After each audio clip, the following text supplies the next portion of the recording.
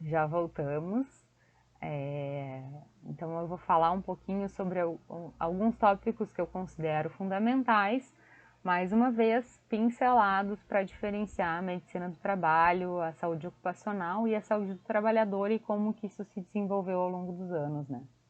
A medicina do trabalho, então, historicamente centrada na figura do médico, orienta-se pela teoria, como eu disse antes, da unicausalidade, ou seja, para cada doença deve existir um único agente etiológico. E isso transplantado para o ambiente de trabalho vai refletir a propensão de isolar os riscos específicos e dessa forma tentar atuar mais sobre as consequências, né? Medicalizando em função dos sintomas, quando muito associando alguma doença legalmente já reconhecida, mas tratando os sintomas e a consequência no sentido de fazer esse trabalhador voltar o mais rápido possível ao ambiente de trabalho, né? E não a entender e pensar quais as outras centenas de casualidades, inclusive não relacionadas ao trabalho, que podem estar atreladas a esse adoecimento. E é uma coisa assim que é difícil para nós, né? Porque a gente tem inclusive os dados das nossas pesquisas de afastamento para tratamento e saúde, de saúde ou de doença, e a gente percebe que várias vezes as doenças que são originadas no trabalho só são percebidas em estágios muito avançados, né? Até porque muitas delas, nas fases iniciais, elas não têm uma sintomatologia específica, às vezes são sintomas muito comuns em várias doenças, e às vezes também o próprio trabalhador não consegue buscar ajuda a tempo, né? Então, sob, sob esse viés, fica muito difícil tentar identificar um único processo que tenha gerado, né, esse adoecimento.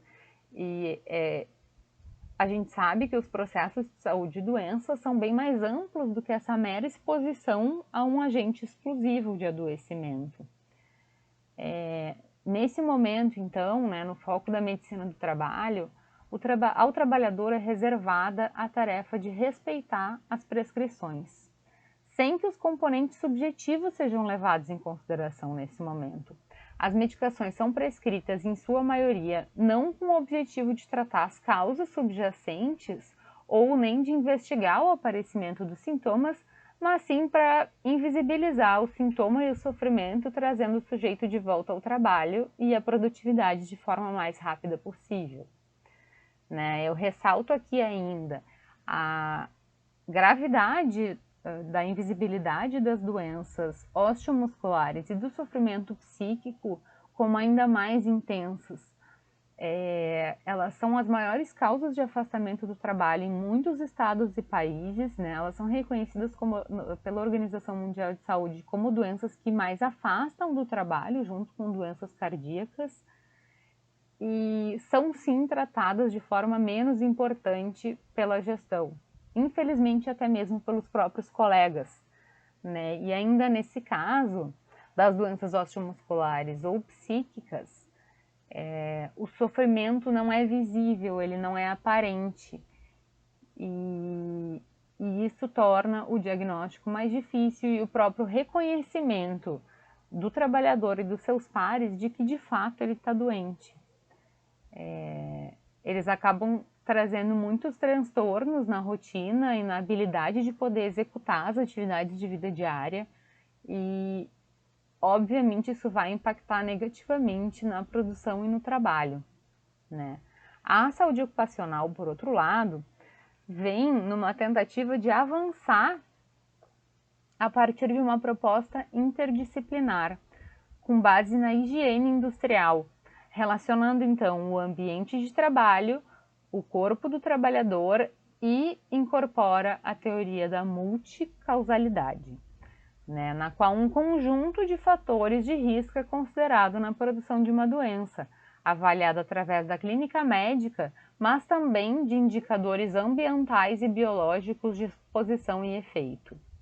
Até mesmo os exames admissionais, que começam mais ou menos nessa época, que a gente poderia pensar de uma forma muito positiva, no sentido de que há uma preocupação em saber como que esse trabalhador está chegando e como que ele vai se desenvolver ou não nos aspectos referentes à saúde e à doença ao longo do tempo, mas também servem para compor uma vigilância e um controle do processo produtivo, né? E então, assumindo essa perspectiva, a gente precisa lembrar que é imputado ao trabalhador todos os ônus por seus acidentes e doenças, né? São concebidos como decorrentes da ignorância ou da negligência individual, caracterizando uma dupla penalização, por vezes tripla, tendo em vista a necessidade de o próprio trabalhador ser o responsável por comprovar o seu adoecimento e o seu sofrimento. Além de não contar, às vezes, com apoio familiar, às vezes a família não entende também o adoecimento osteomuscular ou psíquico como algo grave ou como algo digno de atenção. Dentro do próprio trabalho, com os pares e com as chefias, também fica nas costas do trabalhador o ônus de ter que lidar com essa doença. Inclusive, a maior parte das indicações do ambiente de trabalho e até mesmo do INSS é que essa pessoa busque atendimento fora e que o seu processo de adoecimento seja absolutamente desconectado do trabalho. Essa pessoa vai para casa resolver sozinha o seu problema. Enfim, apesar de terem havido avanços significativos no campo conceitual que apontam novos enfoques e a gente tem novas práticas para lidar com as relações de trabalho, já aí sob a denominação de saúde do trabalhador, nós que trabalhamos com isso, nos deparamos no cotidiano com a hegemonia da medicina do trabalho e da saúde ocupacional, que se preocupa basicamente com a contenção de agravos individuais.